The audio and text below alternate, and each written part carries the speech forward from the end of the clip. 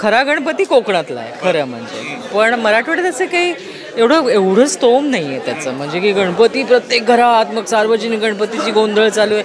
गणपतीचे जेव्हा मेळे व्हायचे, म्हणजे जेव्हा टिळकांनी सुरू केल्यामुळे ते ज्या सार्वजनिक होते ते स्वरूप थोडंसं कमी, एवढं काही नव्हतं, आणि किंवा माझ्या वाट्याला तेवढं काही आलं नाही, आणि त्यामुळे मला एवढा काही त्याचा अनुभव नव्हता. पण मित्र किंवा नातेवाईक त्यांच्या घरी जायचं, मित्र मैत्रिणी त्या काळात नाही, मेळे वगैरे असायचे, सिनरी म्हणायचे तेव्हा, की लोक असे हालचाली, मुलं उभे राहून करायचे वगैरे, ते सगळं ठीक आहे.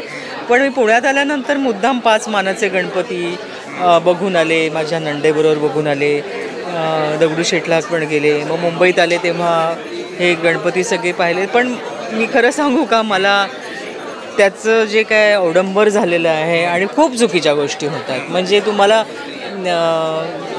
तुमच्या त्या गणपतीचं, मला सगळं आराधना किंवा सगळ्यांनी सार्वजनिक गणपती करा, पण मला असं वाटतं की आता सार्वजनिक गणपती आता नाही करू, प्लीज करू नये. कारण की रस्त्याच्या मध्यभागी तुम्ही करता, 10 दिवस तुम्ही जे करता, आणि त्याच्या मागे तुम्ही संध्याकाळी पाहिलं तर दारू पिऊन पत्ते खेळत असतात.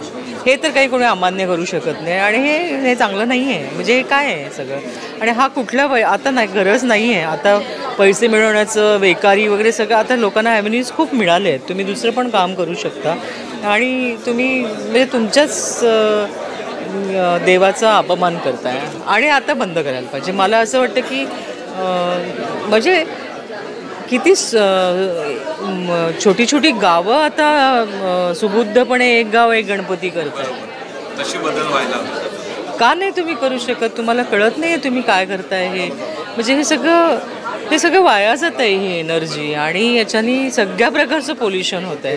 तर मला असं वाटतं की घरोघरी जो गणपती असतो तो फार सुंदर असतो, गोड आहे, किंवा कोणाकोणाच्या घरचा गणपती पण मोठा असतो. तुम्ही बसवता तुमच्या घरी? नाही, मग प्रथाच नाही.